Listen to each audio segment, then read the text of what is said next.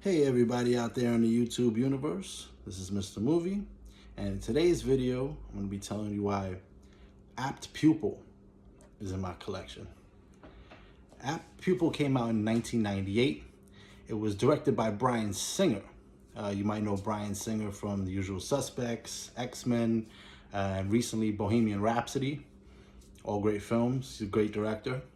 It's based on a Stephen King novel by the same name, and with Stephen King movies that came from his novels, they're either great or they're terrible. And this one in particular happens to be great, and that's why it's in the collection. It's starring Ian McKellen, or Sir Ian McKellen, as Arthur Denkin, and Brad Renfro as Tom Bowden. For this, I'm going to be referring to them as the old man and the kid. So I'm going to keep saying the names. The old man is Ian McKellen, and the kid is Brad Renfro. Now, this movie takes place in 1984, so it's a while back. Now, this movie is very, very well written. The story is very engaging. It's very unique, and I would have to say also very intense, especially at some parts. And it gets you thinking. It's a very psychological movie, not in the psychological thriller sense where you're always wondering what's going to happen, but the psychological aspect of it is more psychology of the characters involved. So the kid is in high school. He's like the valedictorian, one of the smartest kids in the school, and by all accounts, he's a good kid. He starts noticing this old man that's taking the bus with him. And he sees him, he watches him, and he's wondering, who is this guy? And he gets off like a stop before him, so he lives in the neighborhood. And he doesn't recognize him, but he keeps seeing him every day. So, the kid's curious. He does a little digging into this guy. And since he's a very good student, he goes to the library, he does his research, he goes through a bunch of different things, and he comes to find out that this guy has been living under an assumed name for a long time. And he's actually a high-ranking Nazi. And he escaped from Germany in World War II, and he came here, and he's living under an assumed name and a completely different life, staying to himself, living with his demons. The thing is that these guys, these are war criminals. So, if you report them to the FBI, the War Crimes Division, they're going to have to stand before an Israeli tribunal, which will be no fun. So the kid is very interested in World War II, what happened, the atrocities. You kind of think, okay, this kid might be a little off, or maybe he's just curious. We'll see. So he approaches the old man, knocks on his door. Old man I don't want nothing to do to him. The old man stays to himself, drinks constantly, smokes constantly. He's in bad health. He just kind of wants to live out his days, forget about his past, and just die. But he doesn't want to face his past. And the kid says to him, hey, listen, I know who you are. I have a whole bunch of evidence. I have it locked away. It's like, if anything happens to me, it'll come out, and the Israelis are going to have you. It's like, so you better listen to what I say. The old man is resistant at first, but the kid convinces him, and he's so terrified of having to face the consequences for what he did in his past life that he's willing to humor this kid. He just has no idea where it's going to go. So the kid starts coming over every day after school and has him telling him stories of the atrocities and the Holocaust and all these things, like gruesome pictures he's looking at, and just really sick stuff that, the normal person wouldn't want to see. And this old man doesn't want to rehash any of this, but he's forcing him to. The kid's going there every day, and he tells his parents that he's helping the elderly man in the neighborhood. So they think it's good. They invite him over, and the kid is kind of freaking out about that. But the old man plays it straight. makes up a whole story of, what he did during the war, when he came here, his whole made up life, basically. So the parents think, oh, he's just a nice old man, and our kid, he's a good kid, does well in school. He's just helping this old man out. But he's secretly making this old man tell him all of these sick things that he did during the war, which were all the atrocities that you've read about in history. So, but the kid starts getting too into it. He starts messing up in school. There's a scene where he kills a bird for no reason. He's just, I guess, wanting to see what it feels like to kill something. Like this guy killed possibly thousands of people. How is you're able to do that? And he does. His friends start thinking he's weird. And like I said, he starts doing bad in school. So the old man who, listen, to get away with this for so many years and not be noticed when all the governments in the world are looking for you, you have to be smart and somewhat slick and crafty. What he does is he goes to the kid's school to meet his guidance counselor, who is played by David Schwimmer from Friends, which I find hysterical. But he says, listen, it's a good kid. He's just having a little problem right now. I'll make sure he comes to my house every day after school, and I'll make sure he does his studying and does his work. They call the kid in. The kid sees the old man there. He starts freaking out. He sits down. He goes, and the guidance counselor's like, your grandfather's been telling me you've been having some problems. Why didn't you come to me? And he's like, I don't know. I was afraid to. He goes, well, you don't have to be afraid. Your grandfather's a great man. He's going to take care of you and make sure that you get all your work done. So now, the kid had him by the balls. Now the old man has him by the balls. And they both evenly can hurt each other.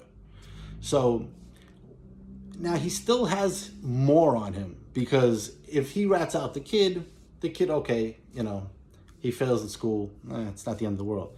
He rats on the old man, though. The old man's going to a Israeli jail, and they'll possibly put him to death. So he's got more on him. And he keeps doing this after school thing. And then eventually, one of the most intense scenes ever in a movie take place. And that's saying something, because I'm talking, Deer Hunter, when they're doing the Russian roulette scene, that kind of intense. The kid ordered a Nazi uniform, an official one, from like a costume place. And he brings it and he gives it to him and he says, Merry Christmas. And the guy opens it, he goes, where did you get this? And he reads it. He's like, from a costume shop. And he goes, put it on. And he's like, I'm not going to put it on. He said, put it on. He was like, listen. And he holds it over his head. I could go to the Israelis at any time. So he puts it on. He goes upstairs, he puts it on, comes down. He's in full dress uniform, right? And he's holding his hat. And he says, oh, it's a great fit. And he goes, and the old man says, I see I've been promoted, because his bars on his shoulder were different than the ones he had in the war. He says, yeah, that's all they had. He's like, put on the hat. He's like, stop. He's like, put on the hat. Puts on the hat. He says, march. He's like, whatever. He's like, march. I'm serious. Stop fucking around. That's exactly what he says to him. Mind my language. And the old man starts doing the march that you see, that the Nazis do. And, most other big militaries do that in-step march thing. And he's doing it. And then he goes, come on, seriously. He starts doing it more. He goes, face right. He turns. He goes, face right. He turns. And you see the old man's face change. And it's like wiped clean, like glassy, like he's no longer there in that kitchen. He's in Nazi Germany now. And he starts doing the march, like seriously. And he's turning right on his own, doing it like a robotic way of doing it. And the kid is freaking out. And then he throws up the Heil Hitler sign. I'm going to do it for the movie. Please don't, for the review, please don't take this the wrong way. But he throws it up and he's marching like this. And like he's totally in another zone. Like he's not there anymore. He's, like I said, back in Nazi Germany, marching in formation. And he's doing the thing. And then the kid is like freaking out. He's like, stop. And he can't get him to stop, because he's not there anymore. And he's just doing it. And he throws up the sign again. And then he brings it down. And he's like, because the kid yelled at him, like, stop. And he stops, and then he sits down because he's old. He's like in his 80s, probably 90 years old. He hasn't moved like that in years. And he drinks a lot, like I said. He smokes a lot. So he's out of breath, and he sits down, and he looks at the kid, and he's like, "Be careful, boy. You play with fire." And the kid is freaked out, like, what the hell is going on? So you see that the kid's mentality is going in the wrong direction by getting too into this sick stuff. And the old man is reverting back to when he was young and the sick things that he did that had to affect him subconsciously and still be there. There's a later scene when there's a cat that just, hangs around the old man's house, and he captures it and he tries to put it in the oven, and it scratches him and he lets it go, and then he kind of snaps out of it like, what the hell am I doing? It's, it's pretty crazy.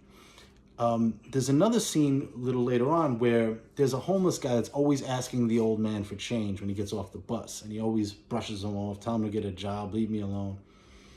But this one day, he says, "Why don't you come in the house? It's raining and it's cold. Come in. You could have a shower. I'll give you a good meal." And the guy's, "Oh, thank you so much, thank you." Now the homeless guy, he's thinking this is some kind of a sexual thing that the man's gonna want for all this. He goes, "So what do you want me to do?" And he goes, "Nothing. Just sit there." He goes to get a hammer, and I guess he wants to feel like how it was to kill somebody again. And he hits the guy in the back of the head with a hammer, and the guy is still kind of struggling with him, and the old man is able to push him down the steps. The guy falls down and dies, but when all this commotion's going on, the old man has a heart attack. He grabs the phone. The only person he could call is the kid. So he calls the kid comes over. He's like, "What the hell is all this?" He's like, you have to get rid of the body. You have to bury it in the basement." He's like, "What the hell? Why would I do, I'm not doing any of that." He's like, "Hey, you're in the house where a murder took place. You're an accessory now, boy." So now he's got him on just as bad things, not just as bad, but still murder. He's involved in a murder. It's not genocide, obviously, that's way worse, but equal things that they're both going to jail and possibly die. So the kid has to now. He helps him out, whatever, and then he calls 911 and leaves. Takes off. Now, they get the old man, they bring him to the hospital. Now, the kid is freaking out because he's thinking to himself, okay, what if the old man decides to tell everybody everything? I am screwed. So the old man is laying in the bed, breathing tubes, the whole thing. He's trying to recover. They bring in another old man in the bed next to him, and they get to talking. And when the kid goes to see him, he assures him that he's not going to say anything. Your secret is safe with me. So the kid feels a little better. He's still a little freaked out, but he leaves. The old man who's laying next to him in the next thing where the curtain is separating them, he says, "Hey, listen, I hope you don't mind if we talk." He goes, "No." And he goes, "But I couldn't overhear when you were talking to your grandson, you had a German accent." He said, "Yes, I was originally from Germany. I've been living here for so many years." The same old story. And he says, "Well, what did you do during the war?" And he's, I don't want to talk anymore. I'm feeling tired. You don't want to talk about that. So he rolls over. When he rolls over, the other old man is staring at his face. And then you see this look of horror come on the other old man's face. And he walks out to the hallway screaming. And he collapses in this nurse's arms. And she's like, "What's the matter? What's the matter?" And you see on the man's arm is one of those concentration camp tattoos. He remembered his face from Nazi Germany. He was a Jew in one of the concentration camps. So now he calls the Israelis. The Israelis come, the old man is sleeping in the bed, he wakes up. And the people, the Israelis tell him, "It took us a long time to find you." He was like, "But rest up, get well. You're going to need it for the long flight back to Israel." And the old man is like, so now it's out in the news. And everybody knows. So you got people outside of the hospital protesting, anti-Nazi. You got neo-Nazis out there praising this guy. And the old man hears it. And he's like, okay, this is just too much. And what he does is he takes his own air tube, the one that feeds him the oxygen, and he does the thing where you could put the bubble in it, and that will cause you to die. And he ends up dying because he doesn't want to face all the past horrors that he did. So he passes away. So now the kid though is still worried because the old man died. Okay, maybe my secret died with him, but he sees on the news they're going through his apartment. They find all, the Nazi stuff. They find the body in the basement, and his parents are like, "Did you know about any of this? That he was a Nazi or that he killed somebody?" He's like, "No, I just went over there. I did my homework and I helped him out with some, chores here and there. I knew nothing about it." And because he's a good kid and he got his grades back together and he's the valedictorian, they believe him. His guidance counselor, though, he knew that the old man came to see him saying he was his grandfather. So he thinks the kid had to know. He had to know that he was a Nazi. He probably either knew or was involved with the murder, all these things. So after graduation, the kid gives his valedictorian speech. The guidance counselor comes up to him and says, "Hey, listen, I know you had to know something. You had to know something about this man being a Nazi, and you maybe even knew about the murder that was committed. I can't prove it, but I know, and I'm not going to stop till I find out." And the kid looks at him with the coldest look and says, "Really?" He was like, "Well, are you going to tell him how you touched me?" And the guy's like, "What?" He's like, "Yeah, how you touched me inappropriately, how you try to have sex with me." He's like, what are you talking about?" He's like, "Yeah, because that's the story I'm going to tell." And he says, "And if you think I'm capable of all these things that you think about me, am I the kid that you really want to mess with?" And he just walks away. And the guy is just standing there stunned like, wow, maybe I shouldn't mess with this kid, and you see the psychology of this kid. And it's amazingly acted. It's intense. It makes you think about the psychology of people. Like I was thinking, what normal person would want to see something like that? And then I think about all of you out there, and me included, watching serial killer documentaries and horror movies and all that kind of stuff. And it's even more intriguing when it's real. And you can't deny that. Don't lie, because you do it too. But who would take it to that level? So there's got to be something off with this kid, and there was something off with the old man. And it's just a really cool dichotomy of the two characters and all the psychology that's going on throughout the movie. And you have the whole history of what's going on and all the terrible things that happened during World War II. All of that combined just makes for a really great film. And with that being said, I did put the rewatchability scale at a 70. It's very intense, very great movie. I could watch it, but it's somewhat disturbing.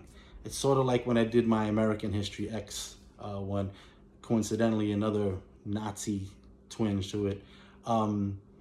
Even though they're hard to watch, they're important because when you watch something like that, it should repel you. It should make you feel sick to your stomach.